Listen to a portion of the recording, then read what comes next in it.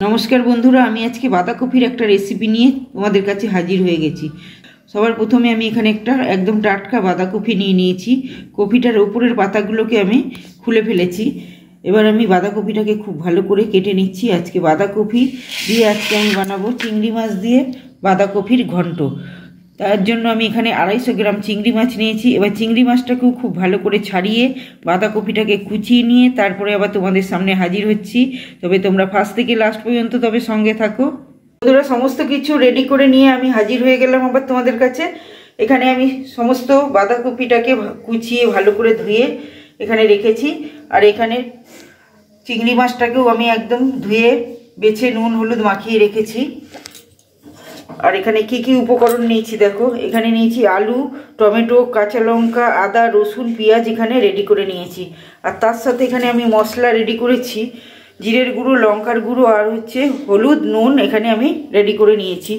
আরেকদিকে আমি কড়াইটা গরম করতে বসিয়ে দিয়েছি। কড়াইটা বেশ গরম হয়ে গেছে একদম ধোয়া উঠে গেছে কড়াইটা দিয়ে। এবার দিয়ে দিচ্ছি পরিমাণ মতো কিছুটা সরষের তেল।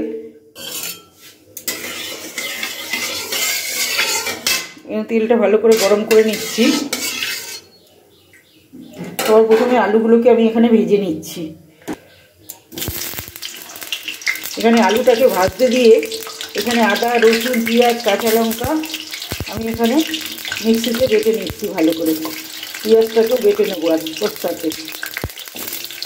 এদিকে আলুটাও ভাজা হয়ে যাবে আর ওদিকে মশলাটাকেও আমি রেডি করে নিচ্ছি।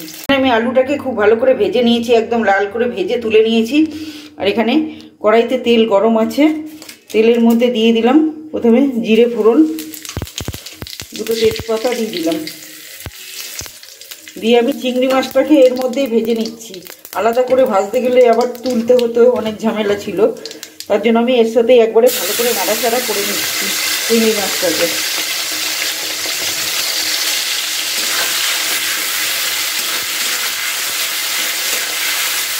বেশ কিছুক্ষণ এটাকে ভালো করে ভাজা ভাজা করে নিচ্ছি চিংড়ি মাছটাকে।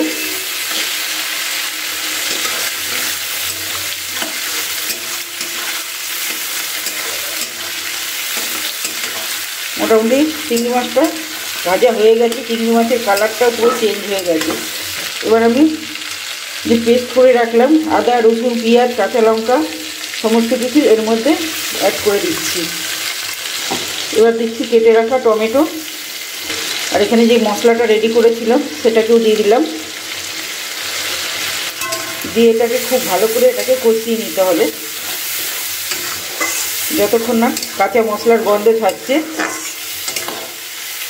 ততক্ষণ এটাকে কষিয়ে নিতে হবে।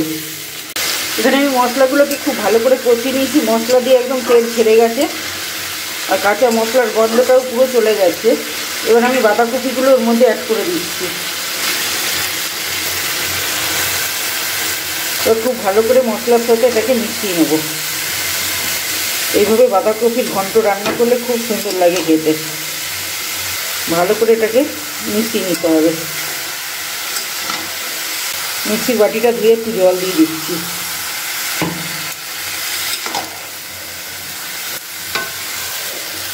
কারণ কপিটা আলুটা একটু ভালো করে সেদ্ধ হবে তাই অল্প পরিমাণে একটু জল দিয়ে দিলাম আমি। এবার এটা কিছুক্ষণের জন্য এটাকে চাপা দিয়ে দেবো।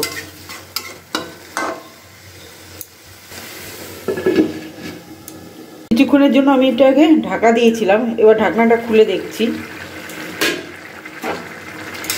কপিটা বেশ একটু মজে গেছে। এবার আলুগুলোকে আমি ওর মধ্যে দিয়ে দিচ্ছি। দিয়ে আবার আলুগুলোকে খুব ভালো করে নাড়াচাড়া দিয়ে ভালো করে মিশিয়ে নিচ্ছি। এই রেসিপিটা রুটি পরোটা ভাত সব কিছুর সাথেই ভালো লাগবে। মুড়ির সাথে খুবই ভালো লাগবে। একদম দুর্দান্ত একটা রেসিপি। আবার কিছুক্ষণের জন্য এটাকে ঢাকা দিয়ে দিচ্ছি। কিছুক্ষণের জন্য ঢাকা দিয়েছিলাম। এবার ঢাকনাটা খুলে দেখছি একদম জলটাও শুকিয়ে গেছে বেশ মজে গেছে কপিটা একদম শুকনো শুকনো টাইপের হয়ে গেছে। আর একটু এই রসটা মরলেই আমি এটাকে নামাবো। একটু ভালো করে নাড়াচাড়া করে নিচ্ছি। এবারে দিয়ে দিচ্ছি স্বাদ মতো একটু চিনি। এটা দেওয়ার পরে আরেকটু ভালো করে নাড়াচাড়া করে নিচ্ছি। আর একটু জল জল ভাব আছে। এটা পুরোটা শুকিয়ে গেলে তারপরে আবার তোমাদেরকে দেখাচ্ছি। এখানে বাঁধাকপির পুরো একদম জলটা টেনে গেছে, পুরো শুকনো শুকনো ভাব হয়ে গেছে, দেখেই বুঝতে পারছো। পুরো বাঁধাকপিটা প্রায় কমপ্লিট হয়ে এসছে। এবার আমি দিয়ে দিচ্ছি কুচিয়ে রাখা কিছুটা ধনেপাতা। এটা দেওয়ার পরে দিয়ে দিচ্ছি একটু গরম মশলার গুঁড়ো। এটা দিয়ে ভালো করে মিশিয়ে নিয়ে নাড়াচাড়া করলেই আমার রেসিপিটা কমপ্লিট হয়ে যাবে। চিংড়ি মাছ দিয়ে বাঁধাকপির ঘন্ট। এবার আমি গ্যাসটাকে অফ করে দিচ্ছি। আমার রেসিপিটা কমপ্লিট হয়ে গেছে। চিংড়ি মাছ দিয়ে বাঁধাকপির ঘন্ট। দেখো, যে দেখতেও যেমন হয়েছে তেমনি খেতেও খুবই টেস্টি হয়েছে। অবশ্যই তোমরা ট্রাই করবে এইভাবে চিংড়ি মাছ দিয়ে বাঁধাকপির ঘন্ট বানিয়ে খেয়ে। আর আমার ভিডিওটা যদি ভালো লেগে থাকে লাইক, কমেন্ট, শেয়ার এবং সাবস্ক্রাইব করে দিও। পাশে থাকা বেল আইকনটি ক্লিক করে দিও যাতে সবার আগে ভিডিও আপলোড করার সাথে সাথে তোমাদের কাছে নোটিফিকেশনটা পৌঁছে যায়। ততক্ষণ তোমরা ভালো থেকো, সুস্থ থেকো। দেখা হচ্ছে আবার পরের ভিডিওতে।